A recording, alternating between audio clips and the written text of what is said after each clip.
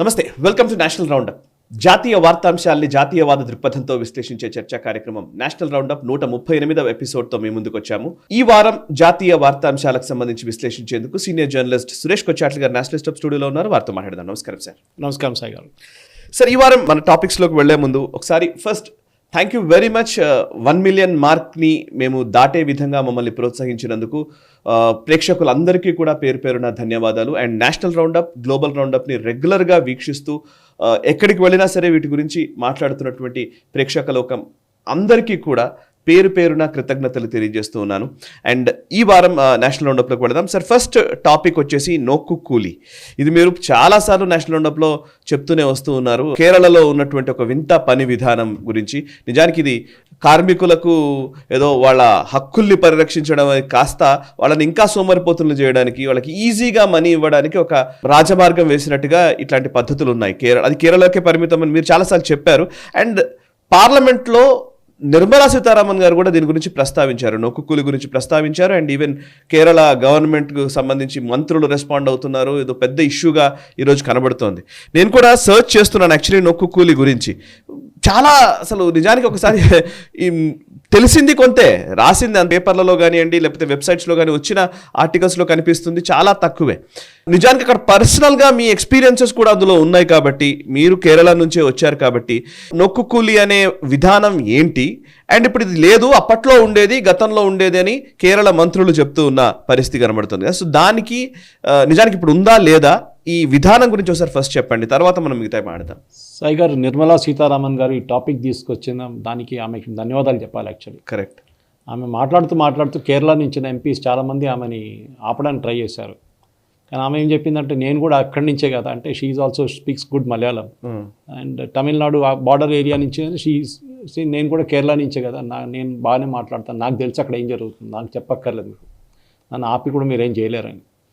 నోక్కు కూలీ అనేది కేరళలో మనకందరు తెలుసు, ఆ స్టేట్ని సత్యనాశం చేసింది, కంప్లీట్గా డౌన్ చేసింది. కేరళ ఉండొచ్చు, వెస్ట్ బెంగాల్ ఉండొచ్చు, ఈ కమ్యూనిస్టులు యూనియన్లు. అది కాంగ్రెస్ ఉంటే కూడా అంతే సంగతి. కాంగ్రెస్ ఉంటే అది కమ్యూనిస్ట్ పార్టీ వర్షన్ 2, అది 2.0. సో వీళ్ళిద్దరు కలిసి ఆ స్టేట్ని మొత్తం గాడ్ జోన్ కంట్రీని డెవిల్ జోన్ కంట్రీ చేసేస్తారు కంప్లీట్గా. సాయి గారు, సింపుల్ చెప్తాను మీకు. ఒక నోక్కు కూలీ పక్కన పెడతారు. ఇప్పుడు we'll come to that topic. నోక్కు కూలీ కన్నా పెద్ద తలకనపు ఇంకోటి ఉంది, హెడ్ లోడ్ వర్కర్స్ అంటారు, చెముట్టు తోడలాలి అంటారు. అంటే బేసిక్లీ పైన ఏదైనా సంచి చేసుకొని తీసుకున్న మనిషి చెముట్టు తోడలాలి అంటే వర్కర్, ఒక హమాలి లాగా. చెముట్టు అంటే ద వెయిట్ ద బ్యాగ్ మోసేసి. వీళ్ళు ఎవ్రీ విలేజ్లో ఉంటారు సాయి గారు కేరళలో. ఎవ్రీ విలేజ్, ప్రతి విలేజ్లో, నేను డిస్ట్రిక్ట్ హెడ్ క్వార్టర్స్ కాదు, మండల్ హెడ్ క్వార్టర్స్ కాదు, టౌన్లు కాదు, విలేజ్ కాదు, ఎవ్రీ చిన్న విలేజ్లో కూడా వీళ్ళు ఉంటారు. ఒక 5 మంది 6 మంది ఉంటారు. ట్రెడిషనల్ డ్రెస్, ఒక బ్లూ కలర్ షర్ట్ వేసుకుంటారు, ఒక ఆరెంజ్ కలర్ ముండు వేసుకుంటారు, తల మీద ఒక రెడ్ కలర్ ఒక హెడ్ లోడ్ వర్కర్స్ ఉంటుంది కదా, కట్టేసుకుని రెడీగా ఉంటారు. వీళ్ళు రోజంతా ఒక క్రాస్ రోడ్ దగ్గర కూర్చుంటారు. విలేజ్లో క్రాస్ రోడ్, మన దగ్గర తెలుసు, చిన్న కొట్టు ఉంటుంది, అక్కడ ఒక చాయ్ షాప్ ఉంటుంది, చాలామంది అక్కడ బస్సులో వచ్చి ఆగుతుంది అంతా, అక్కడ కూర్చుంటారు వీళ్ళు.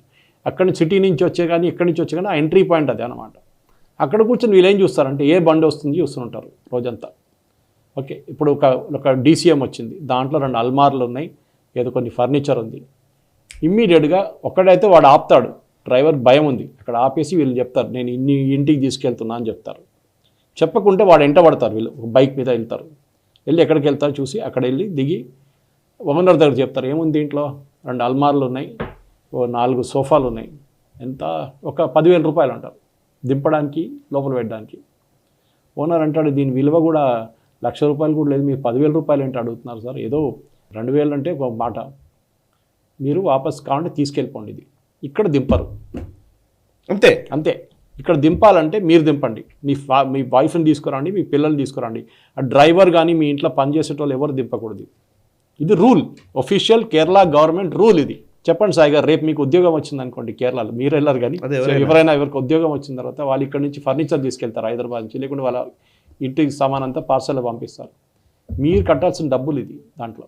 కానీ ప్యాకర్స్ అని మూడు చెప్పాడు మీకు, వాడు ఒక ఫుల్ అమౌంట్ తీసుకుంటాడు, కానీ దీంట్లో ఉన్న డబ్బులు ఇది చిన్న ఎగ్జాంపుల్ ఇచ్చాను మీకు. ఇది అన్నిటికీ ఇంతే. ఫర్నిచర్ ఉండొచ్చు, ఇటుకలు తీసుకొచ్చిన ఇంటికి, మీరు కడుతున్న ఇంటికి ఇటుకలు వస్తాయి, శాండ్ వస్తుంది, ఇసుకలు వస్తాయి, సిమెంట్ వస్తుంది, దాన్ని దింపడానికి వీళ్ళు డబ్బులు తీసుకుంటారు. సిమెంట్ దింపడానికి మనుషులు ఉంటారు, కానీ వాళ్ళు దింపుకోవచ్చు, నో ప్రాబ్లం, కానీ డబ్బులు వీళ్ళకి ఇవ్వాలి, ఇది ప్రాబ్లం. సో ఈ నోకు కూలీ కాన్సెప్ట్ కూడా అట్లనే వచ్చింది సాయి గారు. ఈ నోకు కూలీ, సో హెడ్ లోడ్ వర్కర్స్ అయితే ఒక మాఫియా కేరళ, వాళ్ళని ఎవ్వరు ఏం చేయలేరు. సుప్రీంకోర్టు కూడా అక్కడ దాకా వెళ్ళిన కేసు ఇది, వాళ్ళు కూడా ఏం చేయలేకపోయారు. అంతా రూలింగ్ అంతా ఇచ్చారు కానీ ఎవరు ఇంప్లిమెంట్ చేయరు కేరళలో. ఆ మాఫియా చేతిలో ఉంది కంప్లీట్గా. దానికోసం కేరళలో ఎవరు ఇండస్ట్రీ పెట్టరు. పెట్టిన 2-3 రీసెంట్లీ లాస్ట్ 1.5 ఇయర్స్లో ఒక 5-6 మంది సూసైడ్ కూడా చేసుకున్నారు ఇండస్ట్రియలిస్ట్. చిన్న పెద్ద ఇండస్ట్రీస్ కాదు. ఒక ఆయన కన్వెన్షన్ సెంటర్ స్టార్ట్ చేశారు. ఆయన కన్వెన్షన్ సెంటర్స్ నేషనల్ హైవే దాకా స్పేస్ ఇవ్వలేదని చెప్పి అక్కడ మున్సిపల్ కార్పొరేషన్ వాళ్ళే ఆయన్ని పదే అన్ని తిప్పారు లైసెన్స్ ఇవ్వడానికి. ఆయన పాపం ఎన్ఆర్ఐ కష్టపడి ఏదో 20 సంవత్సరాలు దుబాయ్లో పనిచేసి కష్టపడి తీసుకొచ్చిన డబ్బులతోనే కన్వెన్షన్ సెంటర్ కట్టారు. వాళ్ళ టౌన్లోనే కట్టారు, అందరికి పనికి వస్తుంది కదా అని చెప్పి, ఒక వెడ్డింగ్ హాల్ అంతా కలిపి. లాస్ట్ అతను సూసైడ్ చేసుకున్నాడు. సూసైడ్ చేసిన రోజు ఇంత పెద్ద గొడవ అయినప్పుడు అది ఆ రోజు సాయంత్రం లైసెన్స్ ఇచ్చారు వాళ్ళ వైఫ్కి. ఆలోచించండి. నెక్స్ట్ ఇంకొక ఆయన ఒక మెకానిక్, ఒక ఆటోమొబైల్ రిపేర్ షాప్ పెట్టుకోగానే నెక్స్ట్ డే అక్కడ రెడ్ ఫ్లాగ్ పెట్టేశారు. ఇది ఎవడు కట్టాడు, కట్టినప్పుడు మాకెందుకు చెప్పలేదు, మా వర్కర్స్ని పెట్టుకోవాలి. అది ఇంకోటి, మీరు వర్కర్స్ పెట్టుకోలేరు, వాళ్ళు డిసైడ్ చేస్తారు ఎవరు పని చేస్తారు ఇక్కడ అని చెప్పి. అదేంటి కట్టుకోవడానికి ఉండదు, వాళ్ళు డిసైడ్ చేస్తారు సార్, మీకు అథారిటీ లేదు. ఇది క్యూబానా, హంగరీనా, పోలాండ్ లాగా అనిపిస్తుంది మీకు, రొమానియా అనిపిస్తుంది. అక్కడ కూడా ఉండదు ఇది, నార్త్ కొరియాలో కూడా ఉండదు, అక్కడ ఉంది. అంత కష్టం సాయి గారు. మా అమ్మగారు ఎప్పుడు చెప్తారు నాదారు, నువ్వు ఇక్కడ రాకు కేరళకి, నువ్వు వచ్చేస్తే నీకు పిచ్చి పట్టేస్తుంది. ఎందుకంటే నువ్వు you're use to a certain discipline. Current పోతే ఒకటి కొంచెం టైంలో కరెంట్ వస్తుంది, అట్లా లేదు అక్కడ. ఫోన్ చేస్తాడు, ఏమంటాడు, మీ ఇంట్లో బండి ఉంది కదా బండి పంపించండి అంటాడు, ఒక టూర్ కొట్టేద్దాం అంటాడు, ఎక్కడ లైన్ పడి ఉంటుంది చూద్దామన్నా వెళ్ళరు. ఇక్కడేంటి వాడు పాప మా ఇంటి దగ్గర ఉన్న అల్వాల్ మన రాష్ట్రపతి నిలయం పవర్ స్టేషన్ నుంచి, సబ్ స్టేషన్ నుంచి ఒకడు ఆటో వేసుకునో లేకుంటే జీప్ వేసుకొని వస్తాడు, ల్యాడర్ వేసుకొని చూడ్డానికి. ఇక అక్కడ అది లేదు. సో ఈ నోకు కూలి కూడా అక్కడి నుంచి వచ్చిన కాన్సెప్ట్ సార్. సో ఇటుక తీసుకొచ్చిన ఏం తీసుకొచ్చినా కానీ మీ ఇంట్లో మీరు దింపలేరు, వాళ్ళే దింపుతారు. ఇటుకకి విలువ ఎంత ఉంటుంది, కానీ వాళ్ళు ఛార్జ్ చేసి దానికి 20% ఛార్జ్ చేస్తారు దింపడానికి. నొక్కు అంటే నోకు కూలి డిఫరెంట్. ఓకే, నోకు కూలి అంటే చూడ్డం, నోకు ఐఎమ్ సీయింగ్ యూ, చూసినందుకు డబ్బులు. నిర్మలా సీతారామన్ గారు ఇచ్చిన కొంతమంది వీడియో చూడలేని వాళ్ళకి నేను కొంచెం ఎగ్జాంపుల్ ఇస్తున్నాను. నిర్మలా సీతారామన్ గారు చెప్పిన ఒక ఎగ్జాంపుల్ నోకు కూలి, చాలా ఎగ్జాంపుల్స్ ఉన్నాయి. ఆమె ఏం చెప్పిందంటే, ఒక బస్ స్టాండ్లో ఒకడు కూర్చున్నాడు, బస్సు వచ్చింది, వాడు పెద్ద 2 సంచులు ఉన్నాయి, కిందకి దింపాలి. అది కిందకి దింపడానికి ఒక వర్కర్ అక్కడ రెడీగా ఉన్నాడు, హెడ్ లోడ్ వర్కర్ మనోడు, బ్లూ షర్ట్ రెడ్ లుంగి రెడీగా ఉన్నాడు. వాడు ఎక్కుతాడు పైకి, 100 రూపాయలు అంటాడు, 100 రూపాయలు కిందకి దింపుతాడు, కింద అక్కడ పడేస్తాడు, అయిపోయింది. అక్కడి నుంచి తీసుకురావడం వాడ తలకాయ నొప్పి. మళ్ళీ ఎవరు తీసుకొచ్చారో వాళ్ళు బస్సులో. కానీ పక్కన ఇంకోటి కూర్చొని చూస్తున్నాడు, ఇది communist card holder, communist party, వాడు బ్యాడ్జ్ కూడా కట్టుకుంటాడు ఒకటి. వాడు అంటాడు, సరే వాడు దింపాడు మంచిదే, నాకు కూడా 100 రూపాయలు కావాలంటాడు. ఎందుకురా అంటే, నేను చూశాను కదా, వాడు చేస్తున్నది నేను చూశాను, నాకు డబ్బులు ఇవ్వాలి దానికి. అంటే ఏం లేదు సాయి గారు, అంతే. నేను వాడు బాసు, వాడికి 100 రూపాయలు ఇచ్చా కరెక్ట్, నాకు కూడా 100 రూపాయలు కావాలి అఫీషియలీ. లేకుండా అంతే సంగతి. ఆ సంచి అక్కడ ఉండదు, బస్సుతో పాటు వెళ్ళిపోతుంది సంచి. ఓకే, నెక్స్ట్ నోక్కులి, అది ఇంకా నవ్వుతారు మీరు. అక్కడ కేరళలో ఈ కంప్యూటర్ వచ్చినప్పుడు 19 నాకు గుర్తుంది, మా అంకుల్ అప్పుడు chief commissioner income tax Kerala that time, అతన్ని ధర్నా చేసి మొత్తం ఆఫీస్లో బంద్ చేసి పడేశారు, కంప్లీట్గా లాక్ చేసి. ఆయన బాత్రూమ్కి వెళ్ళకుండా ఆయన ఆఫీస్ లోపల, ఇన్కమ్ ట్యాక్స్ కమిషనర్ ఆఫీస్ లోపల బంద్ చేసి పడేశారు. ఎందుకు? కంప్యూటర్ తీసుకొచ్చింది దానికి. కంప్యూటర్ వస్తే ఉద్యోగాలు పోతాయని చెప్పి 1980s 90sలో కంప్యూటర్ తీసుకొచ్చి ఇదే కమ్యూనిస్ట్ వాళ్ళు పెద్ద హర్తాలు చేసి కంప్లీట్ కేరళ బంద్ చేయించారు. కంప్యూటర్ వస్తుంది, ఇన్కమ్ ట్యాక్స్ డిపార్ట్మెంట్లో కంప్యూటర్ వచ్చింది, మన ఈ ఇన్కమ్ ట్యాక్స్ కమిషనర్ ఇంటికి పోనీయద్దు. ఆయన పాప అక్కడే ఉన్నాడు 2 రోజులు, తిండి లేకుండా ఏం లేకుండా, బాత్రూమ్కి వెళ్ళకుండా వాళ్ళు వెళ్ళనీయలేదు. లాస్ట్లో పోలీసు వాళ్ళు వచ్చి వీళ్ళని అందరూ పట్టుకెళ్ళి బయటికి. ఇదే ఇప్పుడు వీళ్ళేమంటారు, మాకు కంప్యూటర్ కావాలంటారు. మేము కంప్యూటర్ తీసుకొచ్చాం కేరళకి, మేము ఇన్ఫో పార్క్ నడిపిస్తున్నాం, టెక్నో పార్క్ నడిపిస్తున్నాం అని చెప్పేసి. అక్కడ ఎన్ని కంపెనీలు ఉన్నాయో అందరికి తెలుసు, అది ఇంకో మాట. సరే, ఈ నౌకుకూలికి వస్తాం మళ్ళీ. సెకండ్ టైప్ వర్షన్ నౌకుకూలి. కేరళలో మెకనైజేషన్ అసలు పనికిరాదు, ఎందుకంటే జేసీబీలు గీసీబీలు ఎవరు యూజ్ చేయరు, ఇప్పుడు యూజ్ చేస్తున్నారు. 10-15 సంవత్సరాల ముందు యూజ్ చేయకూడదు, ఎందుకంటే ఉద్యోగాలు పోతాయి కదా సాయి గారు. మీరు ఒక 10-20 రోజులు టైం తీసుకున్న మాన్యువల్ లేబరు మీరు ఒక రోజులో చేస్తారు, ఉద్యోగాలు పోయినాయి కదా 9 రోజులది. సో ఏం చేస్తారంటే, సపోజ్ ఒక పెద్ద చెరువు ఉంది సాయి గారు, దాంట్లో మొత్తం మంటి నిండిపోయింది, నీళ్ళు రావట్లేదు. నీళ్ళతో ఒక మాన్సూన్ కన్నా ముందు ఒకటి జేసీబీ అవును, తీసుకొస్తాడు, పూడిక జేసీబీ తీయాలి. తీసుకొచ్చి మొత్తం తీసేసి లారీలో పట్టుకుంటూ పోతాడు. అవును. సో 5 లారీలు లైన్గా నిలబడి ఉంటుంది.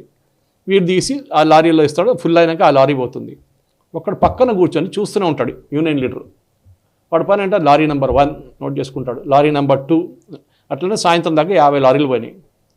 ఒక్క లారీలో ఒక 3 వర్కర్స్ వర్క్ చేస్తేనే ఫిల్ అవుతుంది. ఓకే, అంటే 50 లారీలు పోతే 150 మంది ఉద్యోగం, 150 మంది డబ్బులు ఇవ్వాలి. జేసీబీ డబ్బులు వేరే, అది వేరే. జేసీబీ మీరు పని చేయనీయలేదు కదా మా వర్కర్స్ని, సో వాళ్ళ కాంపెన్సేషన్, వాళ్ళ డబ్బులు కావాలి మాకు. వాడు లేడు, వర్కర్ లేడు, ఎవడు లేడు అక్కడ, దీడు కూర్చున్నాడు నోక్కు కూలి, అది చూడ్డానికి డబ్బులు తీసుకుంటున్నాడు. ఇది సాయి గారు, ఈ మాఫియా. మన మోహన్ లాల్, మన మలయాళం సినిమా చూసి చాలామంది ఉంటారు, కానీ మన ద ఎర్లియస్ట్ మూవీస్ వాజ్పేయి గారు మెన్షన్ చేశారు ఇది. ఒకసారి కేరళలో వచ్చి ఆయన కుమ్మరకంలో కొన్ని రోజులు ఉన్నారు, కుమ్మరకం మ్యూజింగ్స్ అని చెప్పి కొన్ని పోయిటరీ అంతా రాసినప్పుడు. So beautiful back water resort కేరళలో కోటయం దగ్గర.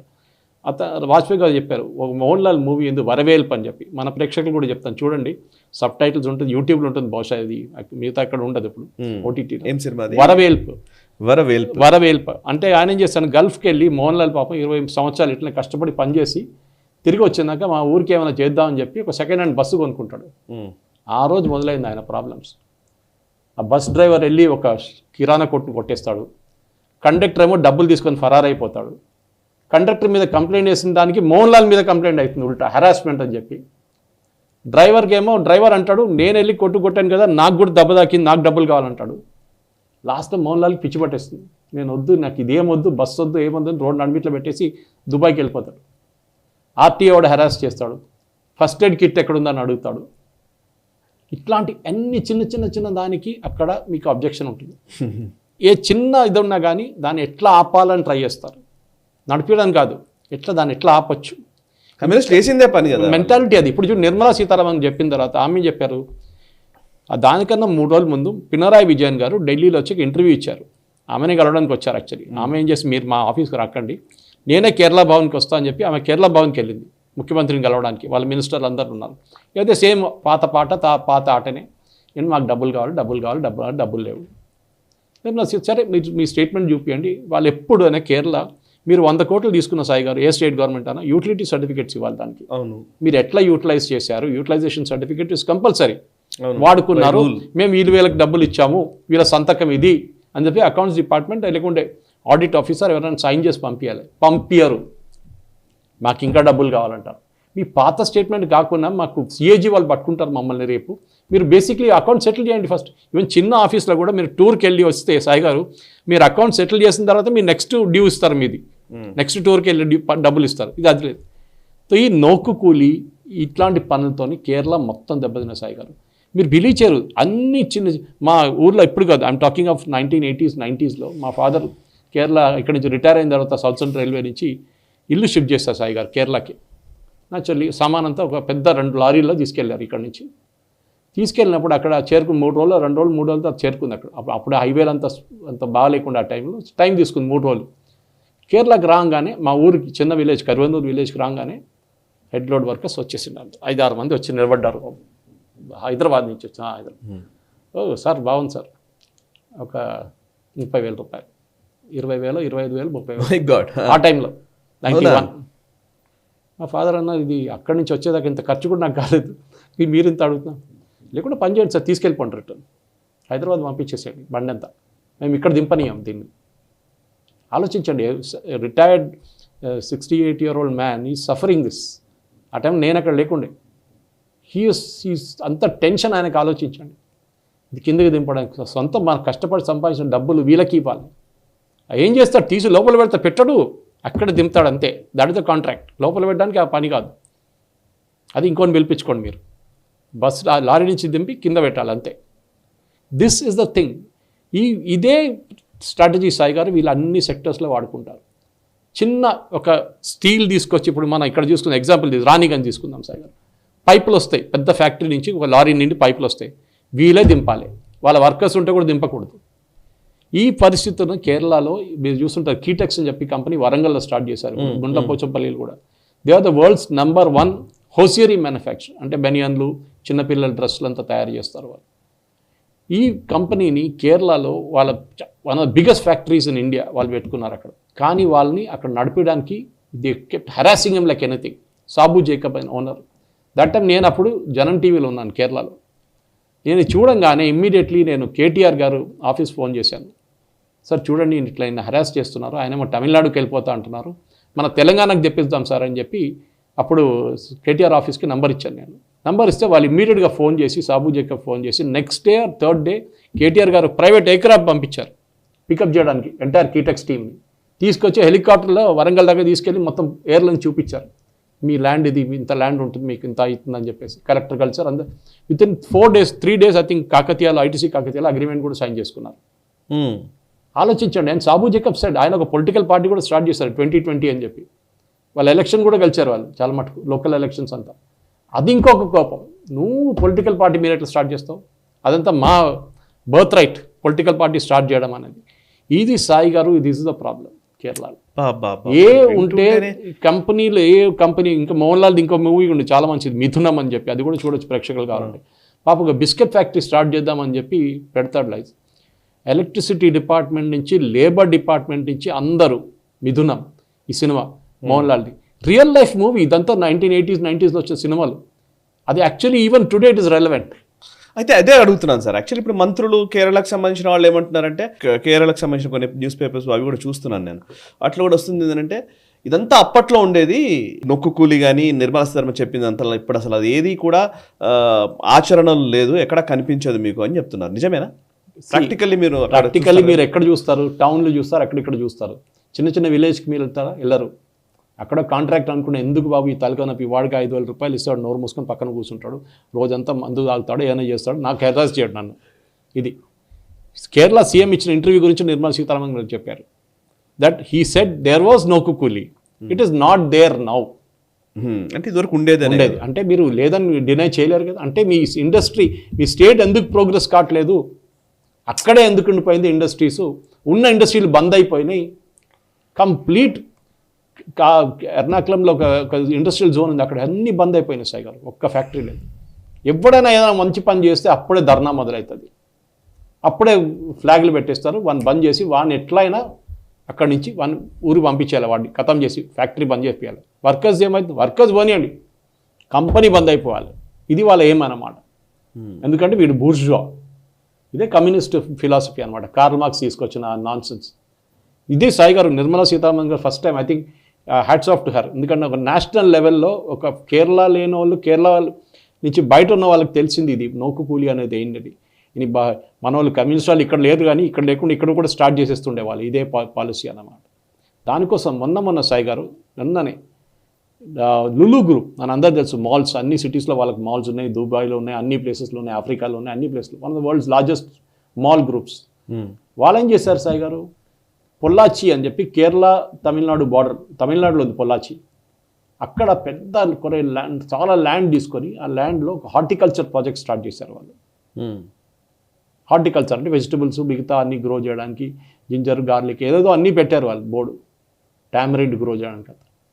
ఆలోచించండి, అక్కడి నుంచి ఒక 20-30 కిలోమీటర్లు వస్తే కేరళ వచ్చేస్తుంది, అక్కడ పెట్టరు. వాడు తెలుసు. ఇక్కడ మీరు చూడండి, Coimbatore is hub of manufacturing ఇండియాలో. మోటార్ మీరు ఏ మోటార్ కావాలంటే కోయంబత్తూరు దొరుకుతుంది. 90% ఆఫ్ ఫ్రమ్ కేరళ బిజినెస్ వాళ్ళు. ఇక్కడ పెట్టుకోరు వాళ్ళు. ఎట్టిమడై అని చెప్పి అమృతాది private university, one of the first private universities in India, Mata Amritanandamayi, ఇది Amrita Vidyapeeth. It is in place called Ettimadai. It is just at the border with Kerala, but inside Tamil Nadu.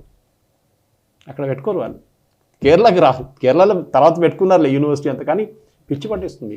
అంటే ఇదంతా ఏమైనా అగ్రిమెంట్లో భాగమేమో. ఇప్పుడు డిఎంకేకి ఇవ్వడం కోసం, అప్పుడు ఏడిఎంకే ఉండే, ఏదున్నా సరే కేరళ, తమిళనాడు అనే ఒక ఇది ఉండే. ఇప్పుడు కర్ణాటకకి వెళ్ళారు చాలామంది, హైదరాబాద్కి వచ్చారు. ఇప్పుడు కీటెక్స్ ఎగ్జాంపుల్ ఇచ్చాను మీకు. ఇదే సాయి గారు, వీళ్ళు అక్కడ పిల్లలకు ఉద్యోగం వస్తుంది, అక్కడ పని చేసుకుంటారు. కాదు, వీళ్ళు ప్రోగ్రెసివ్ అంటారు.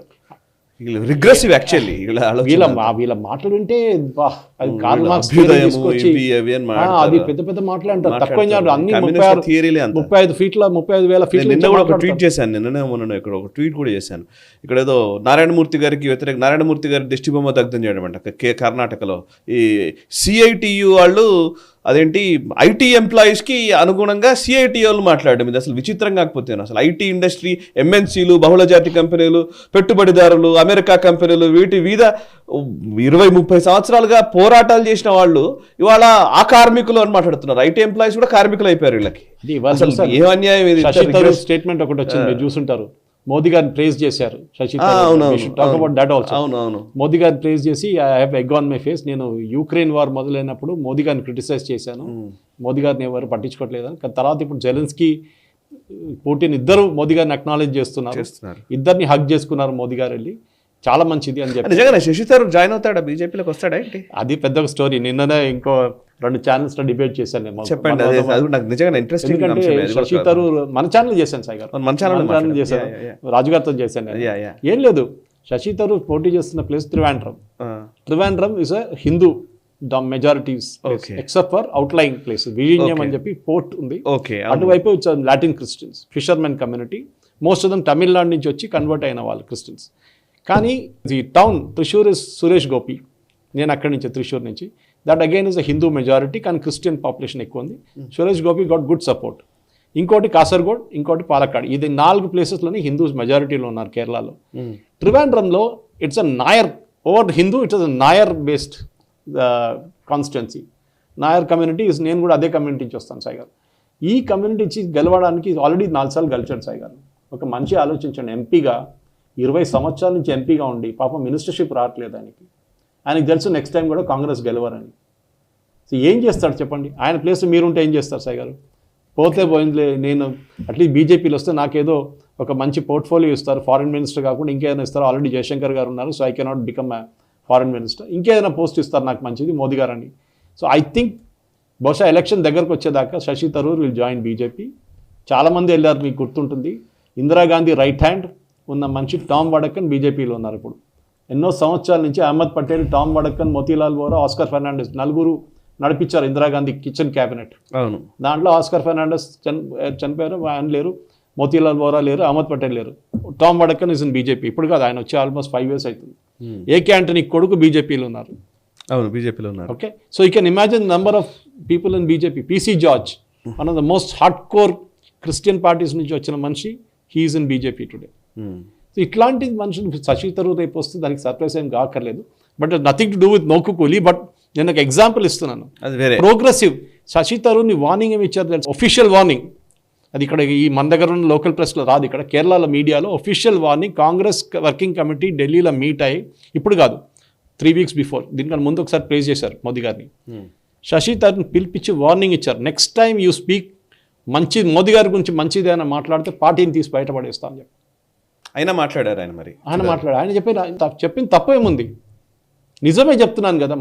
ఆయన మంచి పని చేయకపోతే నేను మంచి పని చేయలేదని చెప్తాను.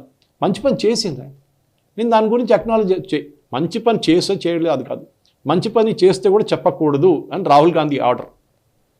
మోదీ గారిని తిట్టాల్సిందే. నువ్వు ఎట్లా అక్నాలెడ్జ్ చేస్తున్నావు? చెప్పండి సాయి గారు, ఎవరైనా సెల్ఫ్ రెస్పెక్ట్ ఉన్న మనిషి ఉంటారా? ఉండరు, వెళ్ళిపోతారు. This is the tragedy of Congress. ఇప్పుడు అడుగుతారు కదా, ఎందుకు రాలేదు, పవర్కి రాలేదు, నెక్స్ట్ ఇయర్ కూడా రారు, 2029లో కూడా రారు.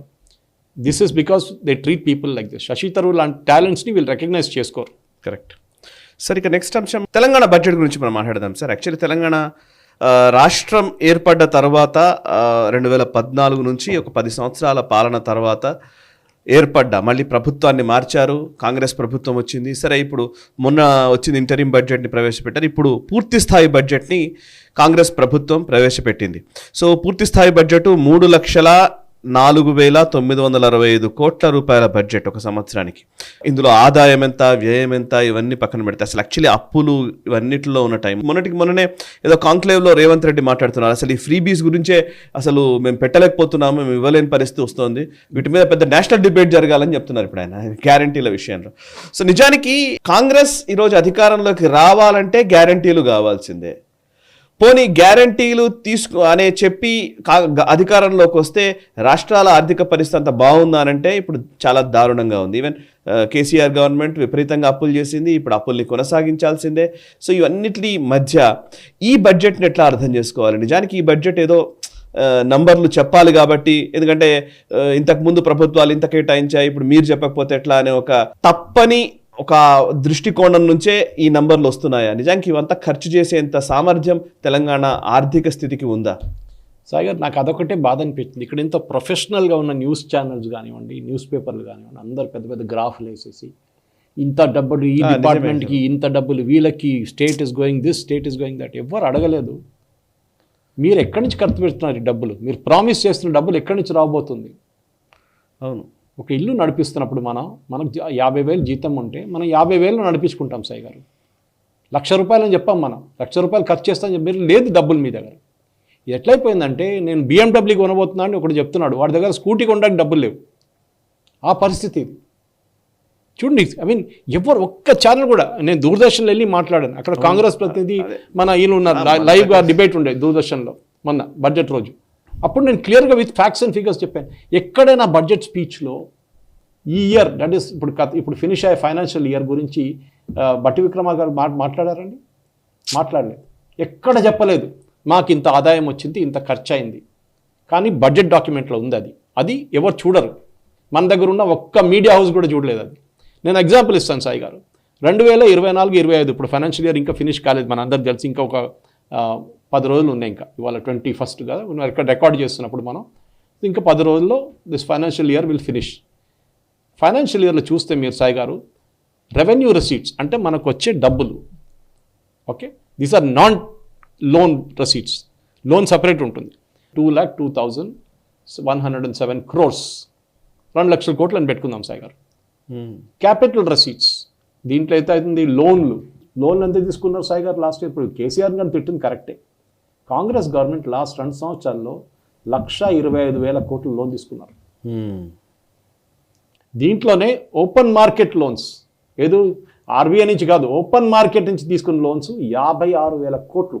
Imagine your total budget is only close to 2,90,000 crores budget, last year budget. అట్లనే లాస్ట్ ఇయర్ కూడా అన్ని అనౌన్స్మెంట్లు చేశారు, మేము అది చేయబోతున్నాం, ఇది చేయబోతున్నాం, మేము మొత్తం తాజ్మహల్ కట్టేస్తున్నాం అని చెప్పేసి. ఏమైంది తర్వాత? డబ్బులు లేవు. రేవంత్ రెడ్డి గారు మన మీటింగ్లో చెప్పారు, పబ్లిక్ మీటింగ్లో చెప్పారు వారం ముందు, 70,000 కోట్లు షార్ట్ ఫాల్ ఉందని చెప్పి ఈ సంవత్సరం. అంటే మీకు రావాల్సిన డబ్బుల్లో 70,000 కోట్లు రాలేదు. 2,90,000 కోట్లు మీరు బడ్జెట్ పెడితే 70,000 crores మీకు రాలేదు. అంటే ఆల్మోస్ట్ మీరు 1/4 ద బడ్జెట్ మీద లేదు, డబ్బులు లేవు. సో మీరేం చేశారు?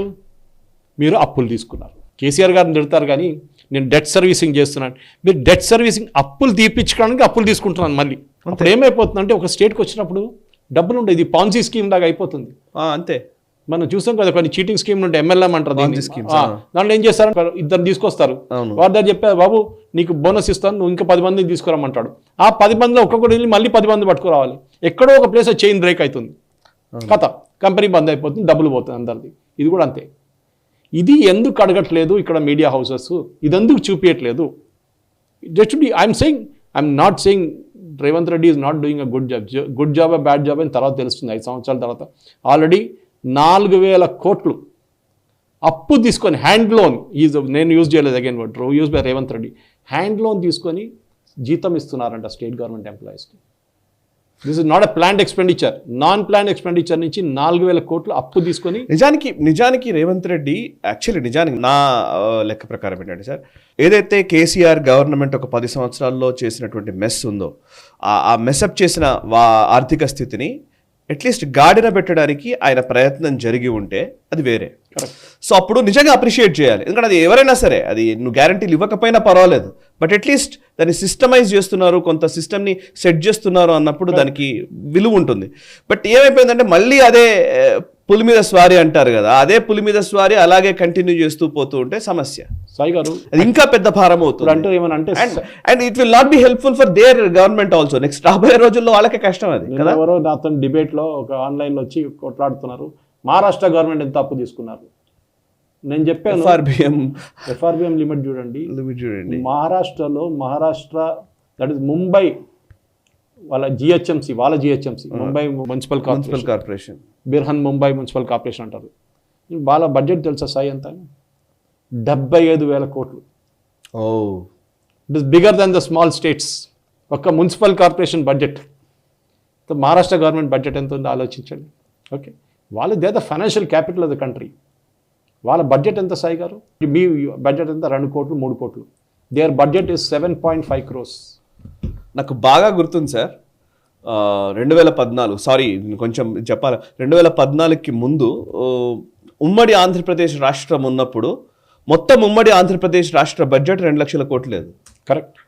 బట్ 2014లో కట్ చేస్తే జస్ట్ తెలంగాణ ఏర్పడింది, అటు ఆంధ్రప్రదేశ్ ఏర్పడింది. సో వెంటనే తెలంగాణ బడ్జెట్ 1,40,000 కోట్లకేమో వచ్చింది, subjective correction. So just Telangana మాత్రమే. అంటే అప్పటిదాకా 2 లక్షల కోట్లు ఒక సంవత్సరం క్రితం ఉన్నది. సంవత్సరం జస్ట్ తెలంగాణ ఏర్పడిన వెంటనే అంత పెద్దగా ఎలా అవుతుంది అనే క్వశ్చన్ అప్పట్లో కూడా అడిగిన. బట్ పాయింట్ ఏంటంటే ఇవన్నీ నంబర్లు ఎంత ఖర్చు చేస్తారో తెలియని పరిస్థితి. ఎక్స్ప్లెయిన్ చేశాను. మన బడ్జెట్ 3 లక్షల కోట్లు, Maharashtra budget 7.2 crores, lakh crores. అప్పుడు మీకన్నా డబుల్ అయిందా? మరి వాళ్ళు డబుల్ అప్పు తీసుకోవచ్చు కదా, అదే చేస్తున్నారు. వాళ్ళు తప్పేముంది దాంట్లో? వాళ్ళు ఎఫ్ఆర్బిఎం లిమిట్ క్రాస్ చేయట్లేదు, మీరు కూడా క్రాస్ చేయలేదు అంటున్నారు. కానీ మీరు నాన్ మార్కెట్ బారోయింగ్ చేస్తున్నారు, మీ కార్పొరేషన్తో బారోయింగ్ చేపిస్తున్నారు. Your standing guarantee to certain loans, your not standing guarantee to certain loans. ఇది ఒక ఓపెన్ వైట్ పేపర్ ఉండాలి సాయి గారు. I'm not blaming Revanth Reddy, is trying to do his best. కానీ ఏమైతుందంటే మీకు వచ్చే 100 రూపాయల్లో మీరు 60 నుంచి 70 రూపాయలు అన్ప్రొడక్టివ్ దాని మీద ఖర్చు చేస్తున్నారు. అన్ప్రొడక్టివ్ అంటే ఏదో ఫార్మర్స్కి ఇస్తున్నారు, కరెక్ట్. కానీ ఏమి ఇస్తున్నారు? వాళ్ళని తీసుకున్న లోన్కి రైట్ ఆఫ్ చేయకుండా, వాళ్ళకి సిబిల్లో రాకుండా ఉండడానికి లోన్ డబ్బులు వారికి ఇస్తున్నారు 2 లక్షల దాకా. ఓకే, నెక్స్ట్ ఇయర్ ఏం చేస్తారు? మళ్ళీ వస్తారు మీద, సార్ మళ్ళీ మేము అప్పు తీసుకున్నాం కట్టలేకపోతాం, మళ్ళీ మాకు 2 లక్షలు వైవారు ఇవ్వండి. This will repeat every year. This is the problem. So మీకు వచ్చే 100 రూపాయల్లో మీరు 60 రూపాయలు దీని మీద ఖర్చు చేసుకుంటే మీకు ఏం మిగులుతుంది? మీకు జీతాలు పెన్షన్లు ఇచ్చిన తర్వాత ఇప్పుడు రేవంత్ రెడ్డి గారు అంటున్నారు, మొన్న ఒక్కొక్క state government employee the lowest level retire చేస్తే 50 లక్షల రూపాయలు అంటారు. 3,000 మంది రిటైర్ అవ్వడానికి రెడీ ఉన్నారు నెక్స్ట్ 2-3 ఇయర్స్లో. ఎక్కడి నుంచి ఇస్తారు సాయి గారు? ఇప్పుడు అంటారు ఏజ్ పెంచితే 68 నుంచి 71 దాకా తీసుకెళ్తా ఉంటారు. ఎక్కడ ఉంటుంది? రేపు 100 సంవత్సరాల దాకా నడిపించుకుంటారా? నుంచి 61. సో 61 నుంచి మళ్ళీ పెంచుతారంట మళ్ళీ. ఎందుకంటే డబ్బులు లేవు ఇవ్వడానికి. ఏదో ఒక రోజు వీళ్ళు బయటకు రాగానే వీళ్ళు డబ్బులు అడుగుతారు, మా పిఎఫ్ ఎక్కడ, మా గ్రాట్యుటీ ఎక్కడ అని అడుగుతారు. డబ్బులు లేవు ఇవ్వడానికి. ప్రూడెంట్ ఫిస్కల్ మేనేజ్మెంట్ సాయి గారు. మీరు నిర్మలా సీతారామన్ గారు ఎంత అని తిట్టండి, వీరందరూ అంటారు. మన కూడా ఎవరో కాంగ్రెస్ ప్రతినిధి వచ్చి అదే దూరదర్శన్ డిబేట్లో నాతో, యూనియన్ గవర్నమెంట్ కూడా ఇంత అప్పులు తీసుకుంది కదా, ఇన్ని కోట్ల అప్పులు తీసుకుంది కదా అని చెప్పాను. ఎక్స్ప్లెయిన్ చేయాలి బాబు, అర్థం చేసుకో. స్టేట్ గవర్నమెంట్ తీసుకే అప్పులు కూడా యూనియన్ గవర్నమెంట్ బడ్జెట్లో చూపిస్తారు. Because you borrowed from the central government, from the RBI, from banks, everybody. So అన్ని అవుట్ స్టాండింగ్ అక్కడ కూడా చూపిస్తుంది మీరు. It is not the union government borrowing only. ఇంకోటి, బారో చేయండి, వద్దనట్లేదు. మీరు లోన్ తీసుకుంటారు సాయి గారు ఇల్లు తీసుకోవడానికి, that is a productive expenditure. Asset create చేస్తున్నారు. అసెట్ క్రియేట్ చేయడం. మీరు ఆ లోన్ తీసుకొని మీరు గ్యాంబ్లింగ్ ఆడితే ఇంకేమైనా చేసుకొని ఫ్యాన్సీ కార్ కొని, కార్ కూడా అసెట్టే. అట్లాంటి ఏదైనా గుర్రాలు కొనుక్కుంటారు, depreciation. So what is happening? మీరు క్యాపిటల్ అసెట్స్ క్రియేట్ చేయట్లేదు. This is the problem. మీరు ఇప్పుడు మూసీ తీసుకున్న సాయి గారు 200 కోట్లు ఎంతో ఇచ్చారు. మూసీ ప్రాజెక్ట్ ఎవరు ఫ్లోట్ చేశారు? స్టేట్ గవర్నమెంట్ కదా, రేవంత్ రెడ్డి గారు. మంచి ఒపీనియన్. నేను కూడా సాబర్మతి రివర్ ఫ్రంట్ చూసాను, చాలా బాగుంది. మోదీ గారు చేసింది one of the best projects. అట్లా చేయాలని రేవంత్ రెడ్డి గారు చూశారు. ముందు కేటీఆర్ గారు వెళ్ళారు, వచ్చి ఆయన ఐడియా అని చెప్పారు. మీరు ఫ్లోట్ చేసిన ప్రాజెక్ట్ మీద డబ్బులు ఉండాలి. మళ్ళీ మీరు యూనియన్ గవర్నమెంట్ దగ్గర ఎందుకు వెళ్తున్నారు? మళ్ళీ మీరేమంటున్నారు, మాకు లంగర్ హౌస్ దగ్గర అది గాంధీ ఇది చేయాలి, అక్కడ సరోవర్ చేయాలి, దానికి సెంట్రల్ గవర్నమెంట్ డబ్బులు కావాలి. ఎందుకండి? ఎవరు ఫ్లోట్ చేశారు? మీరు ఫ్లోట్ చేస్తే మీరు ఇంప్లిమెంట్ చేయండి, మీ డబ్బులు పెట్టండి. You can understand taking a loan but not a grant. మీది ఎయిర్పోర్ట్ మెట్రో అన్నారు, ఇక్కడ నుంచి షామీర్పేట్ ఇక్కడ నుంచి మన ప్యారడైస్ నుంచి మెడ్చల్ అన్నారు. Good idea, very good. Capital asset create అవుతుంది, యూనియన్ గవర్నమెంట్ చేయాలంటుంది. మీరు వాట్ ఆర్ యూ డూయింగ్? మీరు ల్యాండ్ అక్విజిషన్ ఒక్కటే చేస్తున్నారా? మిగతా ఏం చేయట్లేదా? Prudent finance. 100 రూపాయలు వస్తే 100 రూపాయల్లో మీరు మీ ఖర్చులు తగ్గించండి. మీరు అంటున్నారు నేను ఇంకా స్టేట్ గవర్నమెంట్ ఎంప్లాయీస్ రిక్రూట్ చేస్తా అని. ఎందుకు సాయి గారు? యూఎస్లో అయితే వాళ్ళు డాజ్ పెట్టి తక్కువ చేస్తున్నారు. మోదీ గారు చూడండి, you done a beautiful does similar scheme in India without anybody realizing it. దాని గురించి మాట్లాడాలి మీరు ఇంకో డిబేట్లో. కరెక్ట్. యూ డన్ అన్ని సెంట్రల్ గవర్నమెంట్ ఎస్టాబ్లిష్మెంట్ తీసుకొని కంబైన్ చేసి స్ట్రీమ్ లైన్ చేశారు ఆఫీసర్స్ని, మ్యాన్ పవర్ని. ఇది చేయాల్సింది. మీరు ఇంకా 50,000 మందిని పెడితే ఇంకా మీకు మీ శాలరీ బిల్ పెరుగుతుంది, 4,000 కోట్లు 5,000 కోట్లు అవుతుంది. ఎవరు ఇస్తున్నారు డబ్బులు? ప్రజల డబ్బులు. ఇది government efficiency is important. Education department recruit చేయండి, వద్దంటలేను, టీచర్లు కావాలి. పోలీస్ డిపార్ట్మెంట్లో కావాలి, ఎస్ కావాలి. కానీ సెక్రటరియట్లో ఎంప్లాయీస్ ఎందుకు? We don't need file pushers. మనకు కావాల్సింది యాక్టివ్ ఉన్న బిజినెస్ ఫీల్డ్. ఇది మన స్కూల్స్ కానివ్వండి, మన ఇట్లాంటి పోలీస్ డిపార్ట్మెంట్ కానివ్వండి, ట్రాఫిక్ పోలీస్లో లా అండ్ ఆర్డర్ పోలీస్, అన్నీ వీరందరూ కావాలి మనకి. కానీ you're recruiting people for another positions. అది పనికి రాదు ఇక్కడ. You should try and reduce cost తగ్గించడం చాలా ఇంపార్టెంట్. రేవంత్ రెడ్డి గారికి లెసన్ ఇప్పుడు కాకుండా 3 సంవత్సరాల తర్వాత తెలుస్తుంది. ఆల్రెడీ అని తెలుసు, పాపం చెప్తున్నాడు, మేము అప్పులు తీసుకొని మీకు జీతం ఇస్తున్నాం, డిఏ అడగకండి అని చెప్తున్నారు. ఇప్పుడు ఆలోచించండి, ఆ పరిస్థితికి వచ్చేసారు సార్. మూడో అంశము ఈ వారం మనము నాగ్పూర్ వైలెన్స్ గురించి మాట్లాడాలి సార్. నాగ్పూర్లో జరిగినటువంటి వైలెన్స్ నిజంగా ఔరంగజేబ్ కోసమని ఇంత మారణ హోమం సృష్టించిన పరిస్థితులు కనబడుతున్నాయి. నిజంగా ఒక రకంగా చెప్పాలంటే కావాలనే ఇది చేశారు. దీనికి ఒక ప్లాన్డ్ రైట్స్ గానే కనబడుతున్నాయి. ఇది రైట్స్ కూడా కదా, అటాక్స్ యాక్చువల్లీ ఒక రకంగా చెప్పాలంటే. సో దీని వెనకాల ఉన్న హస్తం ఏంటంటే, నాగ్పూర్ గురించి మనం నేషనల్ స్టబ్లో కొన్ని వీడియోలు చేశాము, ఇంటర్వ్యూస్ అవి కూడా చేశాం. కానీ బట్ ద పాయింట్ ఈస్, ఈ వైలెన్స్కి కారణం ఏంటి? ఇది అనూహ్యంగా ఎప్పుడు కూడా రైట్స్ ఎప్పుడు కూడా ఎట్లా జరుగుతాయి? ఏదైనా ఒక ప్రొవోకేటివ్ స్టేట్మెంటో, ప్రొవోకేటివ్గా ఏదైనా ఒక విషయం జరిగితేనో అప్పటికప్పుడు ఎమర్జ్ అవ్వడం, అంటే యాదృచ్ఛికంగా అప్పటికప్పుడు అందరూ ఎమర్జ్ అయ్యి ఏదో రోడ్ల మీదకి రావడం ఇవన్నీ జరుగుతుంటాయి. బట్ ఇది యాదృచ్ఛికంగా జరిగినట్టుగా అనిపించట్లేదు, వెనకాల ఏదో ప్లాన్డ్గా జరిగినట్టుగా ఉంది అనేది నేషనల్ మీడియాలో కానివ్వండి అందరూ కొంతమంది విశ్లేషణలు చేస్తూ ఉన్నారు. సో ఒకసారి నాగ్పూర్ వైలెన్స్ వెనకాల ఉన్న శక్తులకు సంబంధించినటువంటి మోటివ్స్ వాటి గురించి చెప్తారా? ఈ నాగ్పూర్ వైలెన్స్ మొదలైంది మన అందరికి తెలుసు. ఫస్ట్ ఈ ఔరంగజేబ్ ఆయన దౌలతాబాద్ ఫోర్ట్ దగ్గర ఉన్న ప్లాట్ని తీసేయాలని చెప్పారు అక్కడి నుంచి. అతని చాలా సింపుల్ అది. మన మిగతా ముస్లిం రూలర్స్ చూస్తే ఔరంగజేబ్ పాపం తీసుకెళ్ళి అక్కడ పడేశారు, తుగ్లకాబాద్ ఫోర్ట్ దగ్గర. అక్కడ అసలు ఏం లేదు, అక్కడ చిన్న కబర్ లాగా ఉంది అంతే, నార్మల్. అక్కడ తీసేయాలని చెప్తారు. ఆయన చేసిన దానికి మన అందరికీ తెలుసు, సాంబాజీ కానీ మిగతా ఇక్కడ హైదరాబాద్ కూడా వచ్చి గోల్కొండ మొత్తం ధ్వంసం చేశాడు కదా. దీని గురించి బజరంగ్ దళ్ BHP ఒక ప్రొటెస్ట్ ఆర్గనైజ్ చేశారు సాయి గారు. ఆ ప్రొటెస్ట్లో దృష్టి బొమ్మ తగిలిపెట్టారు. దాంతోనే ఒక చాదర్ అనేది మనం చూస్తుంటాం. వీళ్ళు యూజువలీ దర్గా మీద వేస్తుంటారు, వీళ్ళు అట్లాంటి దాంట్లో దర్గా మీద ఈ చాదర్ వేస్తారు. ఆ చాదర్ని కూడా తగలబెట్టారు.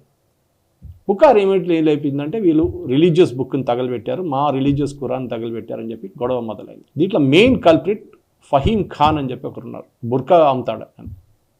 అతనే ఈ పోలీస్ స్టేషన్ మీద దాడి చేశాడు. ఈ దాడి చేసినప్పుడు ఏమైందంటే, పోలీసులు వీళ్ళని అప్పుడు ఫస్ట్ ఇనిషియల్ ఏం చేయలేదు, అక్కడే తప్పది. అక్కడే లాఠీచార్జ్ చేసి టియర్ గ్యాస్ చేసి సిచ్యువేషన్ కంట్రోల్ వస్తుండే, కానీ చేయలేదు. వీళ్ళు అనుకున్నారు వీళ్ళు వెళ్ళిపోతారులే అని చెప్పి. దాని తర్వాత మీరు చూసుంటారు, చాలా మటుకు టెలివిజన్ విజువల్స్ వచ్చినాయి. వీళ్ళు ఫస్ట్ CCTVని మొత్తం పలగొట్టారు సాయి గారు, అన్ని షాపులు. దాని తర్వాత స్పెసిఫిక్లీ హిందూస్ వాళ్ళ షాపుల మీద దాడి చేసి తగలబెట్టారు దాన్ని. ఇల్లు, వాళ్ళు హిందూస్ ఉండే ఇంటి మీద దాడి చేశారు, వాళ్ళ కారు వాళ్ళ బైక్ల మీద దాడి చేశారు. Very planned.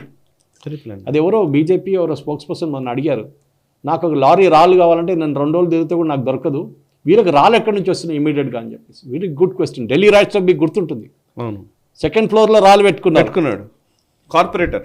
2nd ఫ్లోర్లో రాళ్ళు ఎట్లా పోయినాయండి? It's a mystery, but you can connect the dots అంటారు ఇంగ్లీష్లో.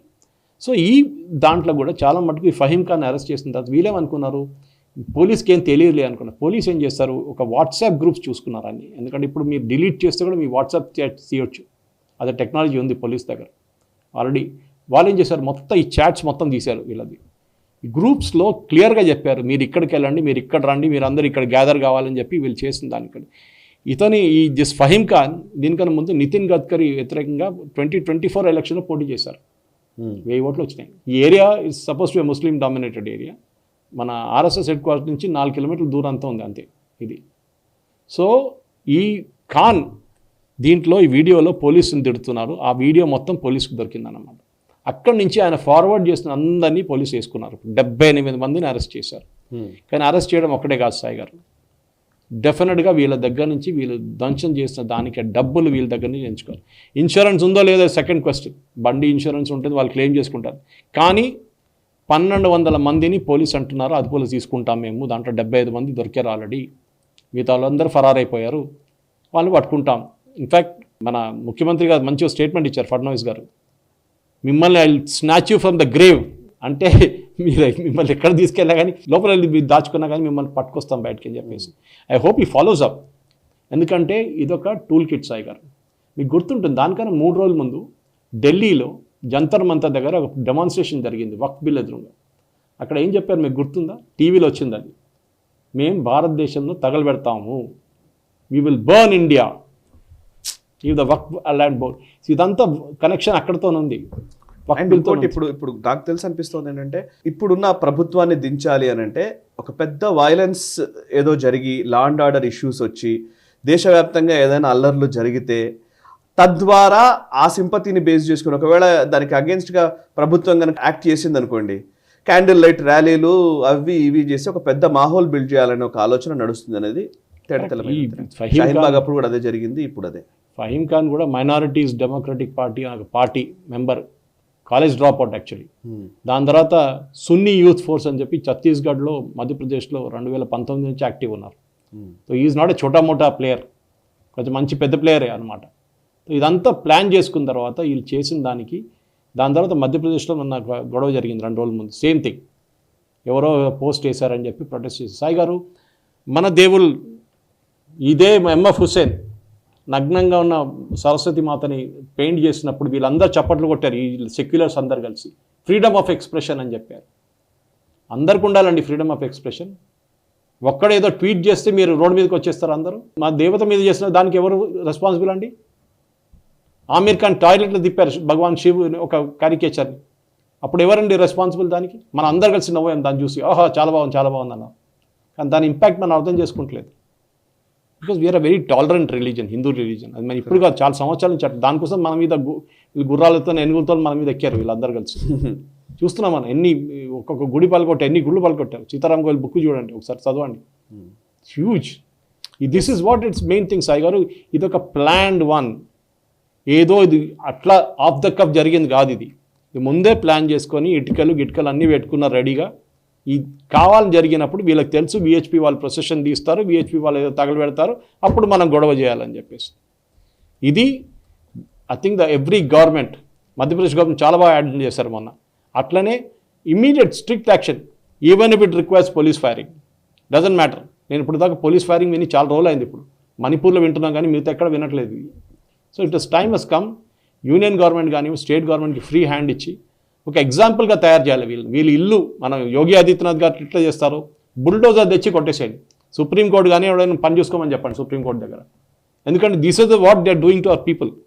మనం చూసే ఎన్నో వీడియోలు చూస్తాం, పిల్లలు ఏడుస్తున్నారు, మా ఇంటి మీద తగలు వచ్చి కొట్టారు వీళ్ళు, కావాలని చెప్పి హిందువులు అని చెప్పి మమ్మల్ని కొట్టారని చెప్పి. This is what is shocking. వీళ్ళందరూ ఒక మాబ్ మెంటాలిటీ అంటాం సాయి గారు. ఎప్పుడు మనం మాబ్ మెంటాలిటీకి లీడ్ చేయడానికి ఒక ప్రొవొకేషన్ ఉండాలి. దాన్ని ఈ ఫహీమ్ ఖాన్ చేసిన పని అన్నమాట. ఓకే, అండ్ ఇదంతా ఒక పద్ధతిగా జరుగుతుందేమో అని నాకు అనిపిస్తుంది సార్. డెఫినెట్ నాగ్పూర్లో ఒక వైలెన్స్ ఒకటేమో, అంటే జనరల్గానే టూల్ కిట్స్ ఎట్లా వర్క్ చేస్తున్నాయి దానికి ఒక చిన్న ఎగ్జాంపుల్. ఒకవైపు ఏమో మాబ్ అటాక్స్ జరగడం ఒకవైపు ఉంటుంది, ఇంకోవైపు కోర్టులను ఆశ్రయించడం ఒకటి ఉంటుంది, కోర్టు సుప్రీంకోర్టులు ఇంటర్వ్యూన్ అవ్వడం, ఇంకోవైపు పొలిటికల్ లీడర్లు పార్లమెంట్లని స్తంభింపజేయడాలు, స్టేట్మెంట్లు ఇవ్వడాలు ఇవి జరుగుతూ ఉంటాయి. ఎన్జిఓలు ఏమో రోడ్లపైకి రావడాలు, ఇవన్నీ జరుగుతాయి కదా. సో ఇప్పుడు సుప్రీంకోర్టు కూడా ఒకటి చేసింది. ఇప్పుడు ఈ వారం మనం మాట్లాడాల్సింది అదే. సుప్రీంకోర్టు జడ్జిలు మణిపూర్కి వెళుతున్నారు. సో 6 జడ్జిలు, సుప్రీంకోర్టు జడ్జిలు, జస్టిస్ బిఆర్ గవాయ్ నేతృత్వంలోని 6 జడ్జిలు మణిపూర్కి వెళ్ళడం వెనకాల ఆంతర్యం ఏంటి? ఇక్కడ మణిపూర్ ఇప్పుడిప్పుడే కొంచెం సద్దు మణుగుతుంది అని అనుకుంటున్నాం. సరే, కొంత ఇష్యూస్ ఉండవచ్చు, కానీ అక్కడ ప్రెసిడెంట్ రూల్ పెట్టడము అండ్ అక్కడ కొంత ఈవెన్ కుకీ మధ్య కూడా గొడవలు, కుకీ జో కౌన్సిల్కి సంబంధించినటువంటి ఇష్యూ కూడా ఇప్పుడు తెరపైకి వచ్చింది. అది కూడా ఒకసారి డీటెయిల్ ఎక్స్ప్లెయిన్ చేయండి. బట్ జడ్జిలు ఎందుకు అక్కడికి వెళుతున్నారు? మణిపూర్ గురించి మాట్లాడట్లేదు అనేది ఇది ఇంటర్నేషనల్ కాన్స్పిరసీ మణిపూర్ విషయంలో జరుగుతుందని మనం చాలాసార్లు నేషనల్ డెవలప్మెంట్ డిస్కస్ చేస్తూనే ఉన్నాం. ఓవైపు నాగ్పూర్ ఒక మోడల్ అయితే సుప్రీంకోర్టు ఇంకొక మోడల్ని ఇంప్లిమెంట్ చేయాలనుకుంటుందా జడ్జిల ద్వారా, లేదా ఒక లీగల్ ఫ్రాటర్నిటీ ద్వారా? సాయి గారు, మన కాన్స్టిట్యూషన్ డ్రాఫ్ట్ చేసిన అంబేద్కర్ గారు చాలా క్లియర్గా ఎగ్జిక్యూటివ్, లెజిస్లేచర్, జ్యుడిషియరీ, దాంట్లో మీడియాని 4th ఎస్టేట్ అంటాం, 4th పిల్లర్ ఆఫ్ డెమోక్రసీ అని ఏదని చెప్పుకోవచ్చు. ఎగ్జిక్యూటివ్ పని చేయాలి, లెజిస్లేటర్ పని లాస్ని తీసుకురావాలి, లాస్ని పాస్ చేసి దాన్ని చట్టంగా చేయాలి, జ్యుడిషియరీ దీన్ని ఇంటర్ప్రెట్ చేయాలి, కాన్స్టిట్యూషన్ని ఇంటర్ప్రెట్ చేయడం, క్రియేట్ చేయడం కాదు. ఇప్పుడు ఏమైపోయింది మన దేశంలో అంటే, సుప్రీంకోర్టు జడ్జిలు కానీ ఈవెన్ హైకోర్టు జడ్జిలు, నిన్న మీరు ఒక రేప్ కేసు, ఒక అక్విటల్ వినుంటారు సాయి గారు. ఒక చిన్న అమ్మాయిని ఒకరు ఆమె బట్టలు చింపేసి చాలా దారుణం ఆయన చేసిన తర్వాత కూడా ఒక జడ్జ్ అంటున్నారు, హైకోర్టు జడ్జ్ ఏమన్నారంటే it is not an attempt to rape అంట. వాళ్ళు ఏం చేయమంటారు సాయి గారు? ఇది వీళ్ళ జడ్జెస్ అనమాట. ఒక జడ్జి ఇంట్లో మొన్న ఒక ఫైర్ యాక్సిడెంట్ జరిగితే కోట్లు దొరికిందంట. ఇమ్మీడియట్ సుప్రీంకోర్టు వచ్చి కూర్చొని ఆయన ట్రాన్స్ఫర్ ఎందుకండి, అరెస్ట్ ఎందుకు చేయట్లేదు, మీరు భయపడుతున్నారు. సరే మన ఈ మణిపూర్కి అనుకోవద్దు, ఎందుకండి సుప్రీంకోర్టు వాళ్ళు మణిపూర్కి వెళ్తున్నారు? Government should have stopped it. They have no business to go to Manipur. దీనికన్నా ముందు జరిగిన ముంబైలో 26/11 జరిగినప్పుడు వీళ్ళు వెళ్ళారా సాయి గారు, జడ్జిలు ఎవరైనా? ఎందుకు వెళ్ళలేదండి? దాని ముందు జర్మన్ బేకరీ బ్లాస్ట్ జరిగింది, వెళ్ళారా? సంజోతా ఎక్స్ప్రెస్ వెళ్ళారా? ఎన్నో రైట్స్ జరిగినాయి, ఎన్నో జరిగింది, అప్పుడు వెళ్ళారా వీళ్ళు ఎప్పుడైనా అక్కడికి? వెళ్ళలేదు కదా. ఢిల్లీ రైట్స్ జరిగింది కదా, వాళ్ళ దగ్గర అక్కడ ఢిల్లీలో జరిగింది కదా. ఏం చేశారు వీళ్ళ ఇన్ఎఫిషియన్సీ. అక్కడ వెళ్ళి పెద్ద డ్రామా చేయడానికి అంతే, ఇంకేం లేదు. మేము వచ్చాం చూడండి, మొత్తం మీడియాని తీసుకెళ్తారు తోడు, ఆ పబ్లిక్తో మాట్లాడతారు, 10 మంది ఏడుస్తారు, 10 మంది చెప్తారు, మోదీ గారిని తిడతారు, వెరీ హ్యాపీ. ఇది వీళ్ళకి కావాల్సింది. Their job is not this. వీళ్ళు ఇక్కడ మణిపూర్కి వెళ్ళే బదులు అదే రోజు కూర్చొని ఒక 50 కేసులు క్లియర్ చేయమని చెప్పండి సుప్రీంకోర్టులో. ఇన్ని లక్షల కేసులు పడున్నాయి సుప్రీంకోర్టులో, హైకోర్టులో, అన్ని ప్లేస్లో కోట్లు, లక్షలు కూడా కాదు. దాన్ని ఇప్పుడు యూనియన్ గవర్నమెంట్ రేపు చెప్తాను, సరే చీఫ్ జస్టిస్ గారు మీరు మీ పని చేయట్లేదు కదా, మేము మీ దగ్గర వచ్చి మీ సుప్రీంకోర్టు ఒకసారి ఇన్స్పెక్ట్ చేయడానికి పోతున్నామని చెప్పి ఒక 10 మంది ఎంపీలు పంపించండి. అప్పుడు వీళ్ళు రాణిస్తారా? అది మీ పని కాదు అంటారు. అప్పుడు ఇది కూడా మీ పని కాదు. కరెక్ట్.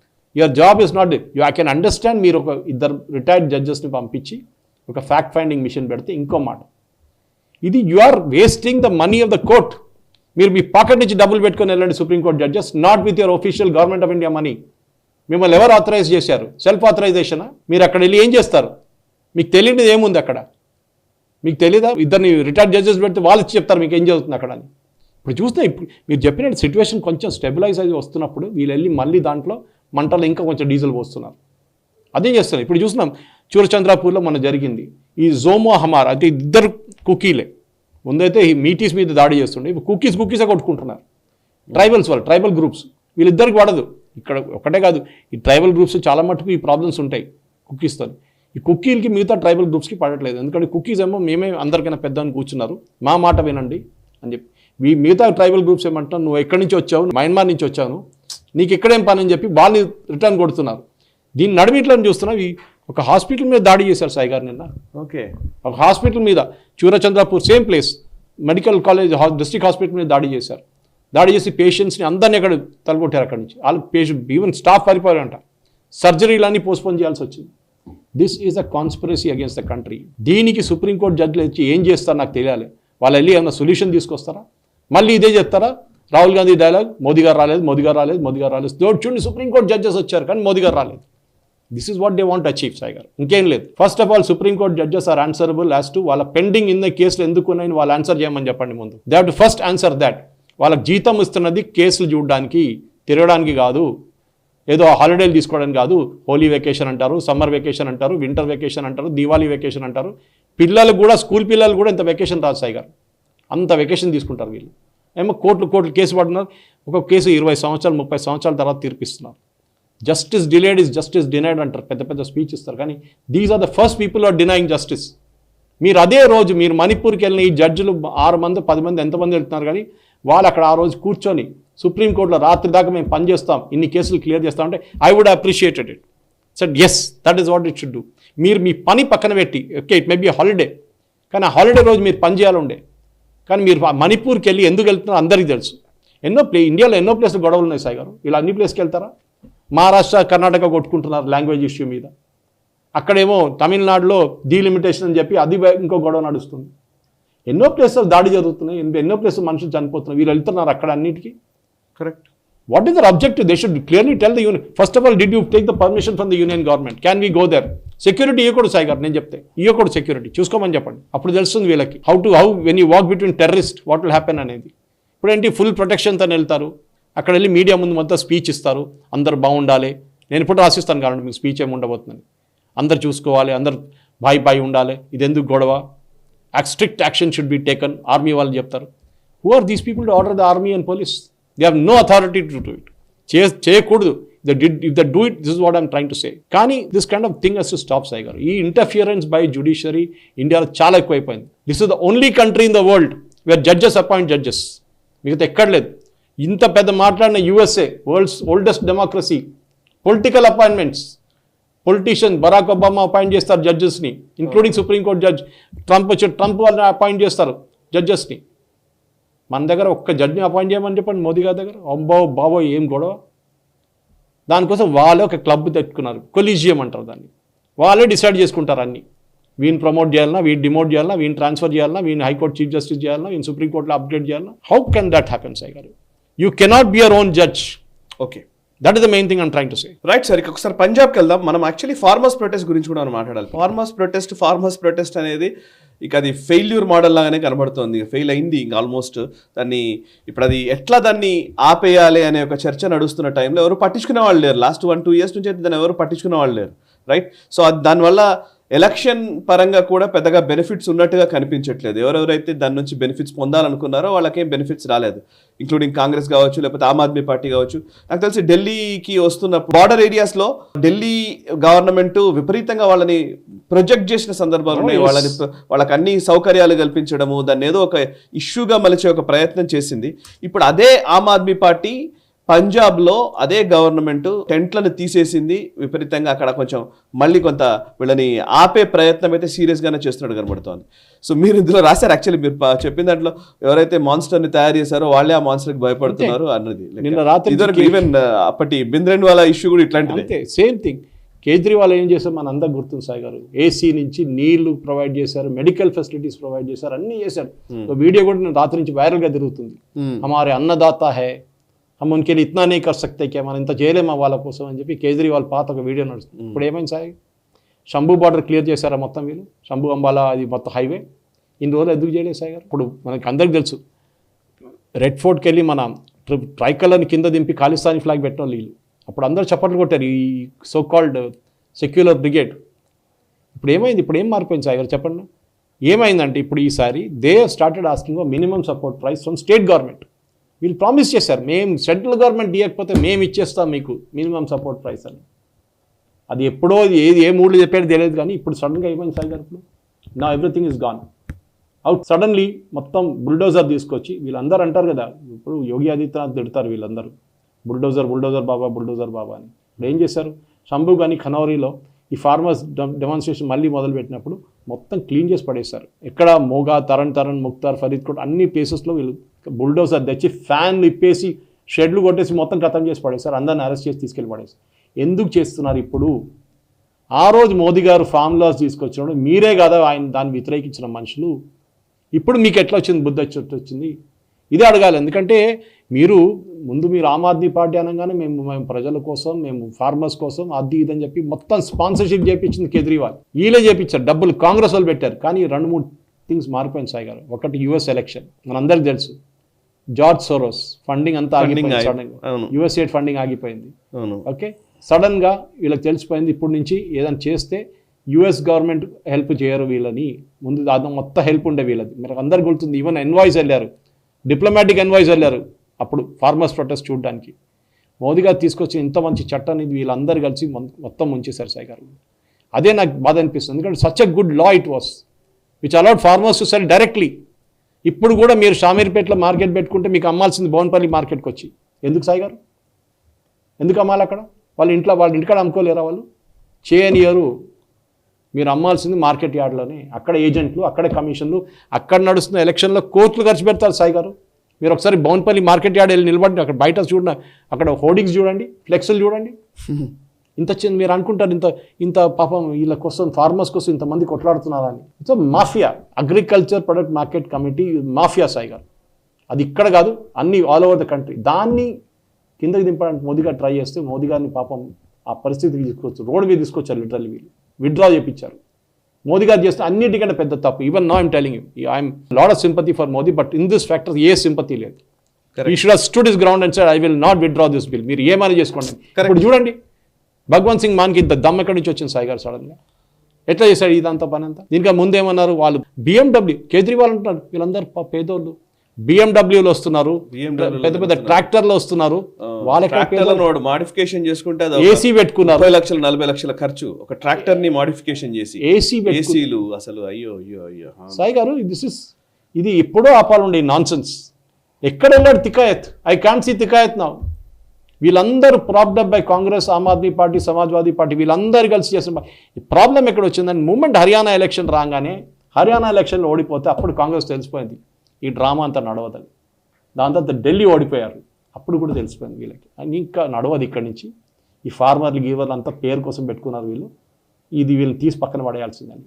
ఇప్పుడు ఎక్స్క్యూజ్ ఏం చెప్తారు? నేను చాలా గర్వంగా చెప్పగలను సార్, తెలుగు మీడియాలో రైతుల ఉద్యమం రైతుల ఉద్యమం రైతుల ఉద్యమం అని అందరూ రాశారు. రైతుల పేరిట జరుగుతున్నటువంటి ఒక ఉద్యమం అని నేను పదే పదే చెప్తూ వచ్చాను, రైతుల పేరిట అని. ఇది అదే నిజమైంది. వాళ్ళ కమ్యూనిస్ట్ వాళ్ళు ఎక్కడ ఉన్నారు? Correct correct correct. ఇక్కడ నుంచి వెళ్ళారు కదా పెద్ద పెద్ద నేతలు, ఎక్కడ పోయారు? ఇక్కడ అందరు గ్యాప్ అయిపోయారు. కేరళ నుంచి వెళ్ళారు, వాళ్ళు ఎక్కడ ఉన్నారు? అదే కేరళ మీడియాలో 1 లైన్ కవరేజ్ ఖతం చేసేసారు అంతే. బికాస్ వాళ్ళు this doesn't suit their so called woke ideology. Correct. వాళ్ళ టూల్ కిట్లో రాదు ఇదంతా.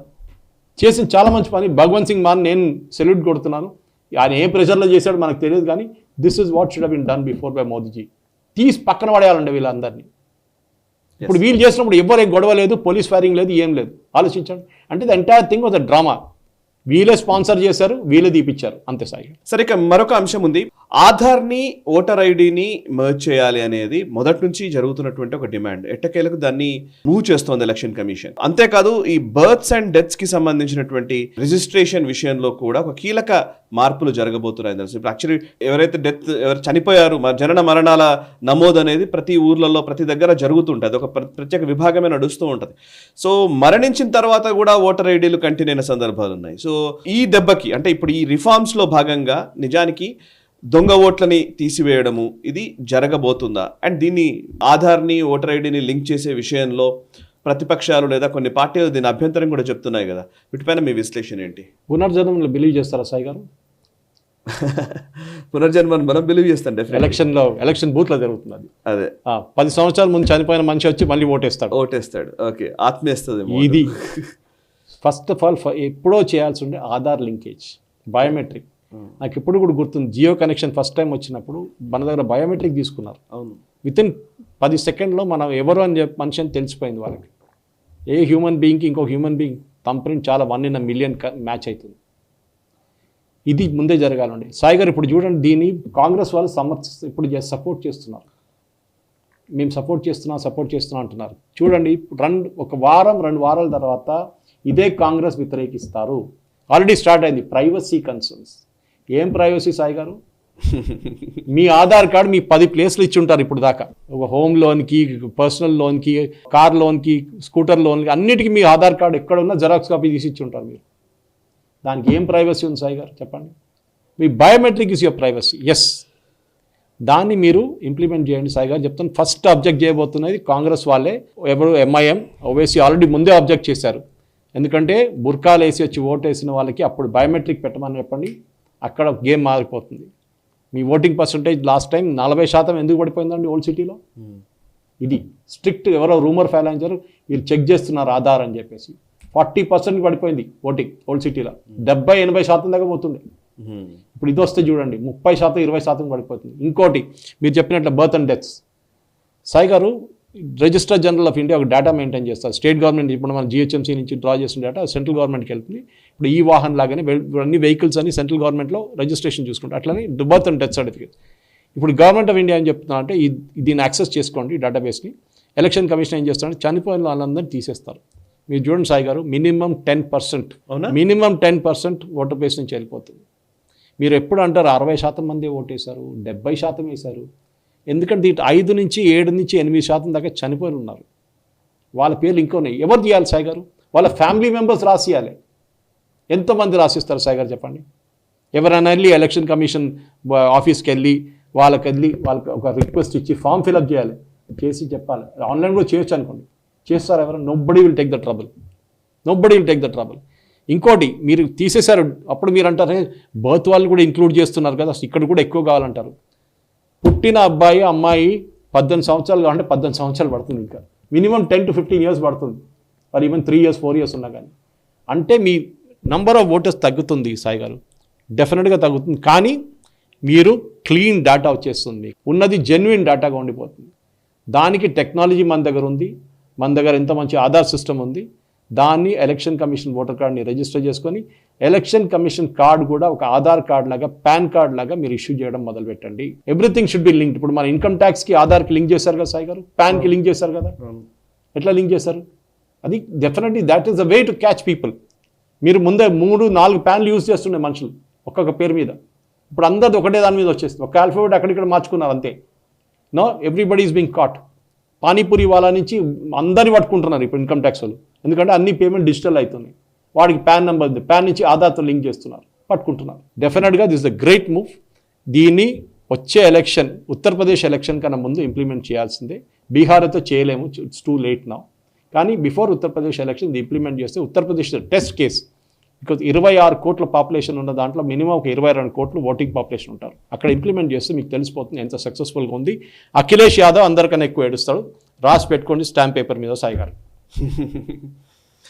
Yes sir, thank you very much sir, thank you very much Suresh Kuchatla గారు. చాలా విషయాలు మీరు ఓపికగా వివరించారు. Thanks sir. ఇది ఈ వారం నేషనల్ రౌండప్. వచ్చే వారం నేషనల్ రౌండప్లో మళ్ళీ కలుద్దాము.